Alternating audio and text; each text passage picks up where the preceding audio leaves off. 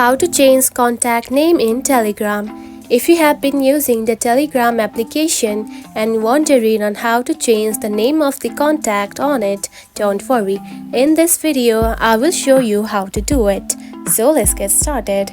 First of all, open the Telegram application. Just like this.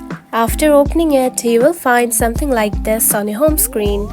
Now, to change the name of the contact, tap onto one of the chats. Just like this. Then here you can find the name of the chat at the top. Just right here. Then select it. Now to change the name, tap on to edit at the top, just right here. Tap on it. Then here you can find the name. Now select it and just remove this old name.